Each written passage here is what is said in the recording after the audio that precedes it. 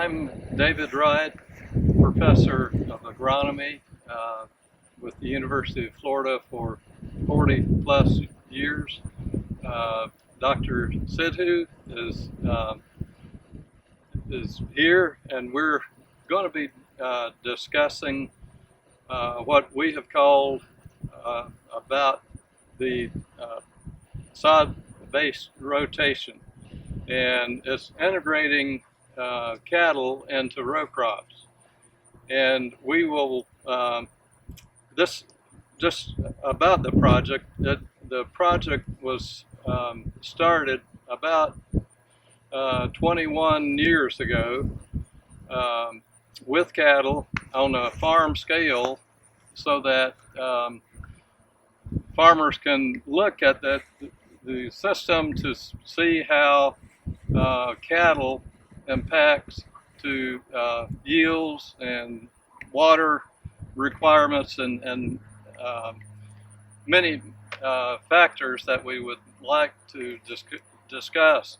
And Sudeep, if you would like to, you've been working with this project for 3 years now. Three years, and discuss what you have seen. Well, I joined Dr. Wright's program late in 2017, and I've been amazed. At the benefits of introducing not only Bahia grass into the rotation, but also with the introduction of cattle. So Dr. Wright and I were discussing about it, that the impact of adding cattle into the row crop system. The first impact that we have seen is the increase in about 3 to 4 times of the availability of nitrates to the crop, about doubling of potassium to the crops. But what amazed me the most about the system was that the introduction of cattle and Bahia not only improves the soil properties of your field, they also impact heavily and in a very beneficial way the root properties of your following summer crops. So what we were able to see in the last few years of research is that addition of only Bahia grass kind of doubled the amount of root biomass, root volume, root surface area of both peanut and cotton following the sod. But then when we added grazing as a component on top of Bahia grass, we saw again a doubling of With winter grazing. With winter grazing, yes, we saw a doubling of root volume, root surface area, and those root characteristics, which really amazed me. This has amazed us as well, because the irrigation that we had been using in a conventional system, we would need to water on most of our soils twice a week, an inch per application.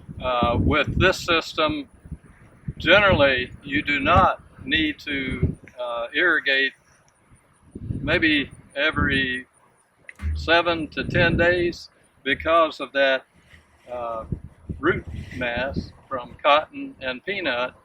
And one thing that we have seen with non-irrigated growers, that we have aflatoxin problems because of the heat and drought. And with the doubling of root system, we have greatly reduced the aflatoxin problem on peanuts, which is a very important factor for peanut growers. So, Dr. Wright, I would like for you to share with our audience today that what are your thoughts on how to incorporate grazing for a normal producer who is just a row crop producer. How can he start the introduction of cattle grazing? Well, very good question. Of course, fencing is a problem, but many of the conservation groups in Florida is helping growers with fencing, cross fencing, water wells, not irrigation wells, but for livestock wells. And what we have tried to encourage growers that are non-irrigated to use a field that the yields are not very high. Some of the worst fields that they have is to plant winter grazing, fence it whichever way you can do, and graze it. And we normally would plant rye and oats almost immediately after cotton or peanut is harvested. And if you can get it planted like, early October, you can be grazing in December and graze until April 15th or so that the grower can get the cotton and peanut planted again, early May period. But again, almost every cotton grower that has followed winter grazing will increase yields by 150 to 400 pounds of lint per acre, using less nitrogen and potassium. And so many growers are getting started with this field by field fencing,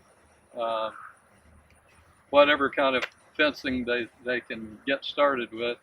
And this is a practice that many growers across Florida now are